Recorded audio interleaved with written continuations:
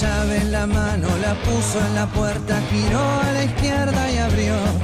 Él quería volver a la noche que tanto deseaba, que siempre buscó.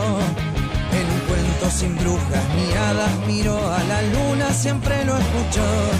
Le contó que ese sueño despertaba misterios dormidos en su corazón. Si pudiera extrañarte un día, decía, estaría muy lejos de vos. Le rezaba a un padre sin hijos que no era profeta de su religión. Ese árbol que está frente suyo, testigo no es viejo, algún día nació. Isolado de tantos veranos, sin agua lo mira y le pide perdón.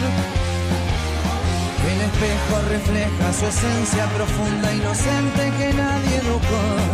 Es herencia de todo un camino cargado en tristeza y ajeno al rencor.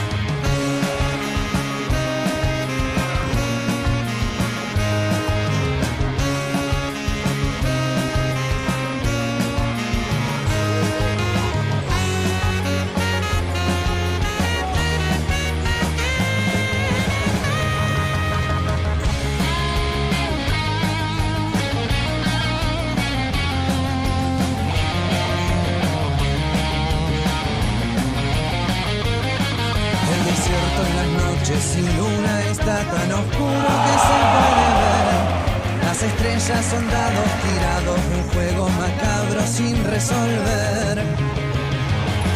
Si pudiera extrañarte un día, decía, estaría muy lejos de vos. Le rezaba a un padre sin hijos que no era profeta de su religión. Ese árbol que está frente suyo, testigo no es viejo, algún día nació. Isolado de tantos veranos, sin agua lo mira y le pide perdón.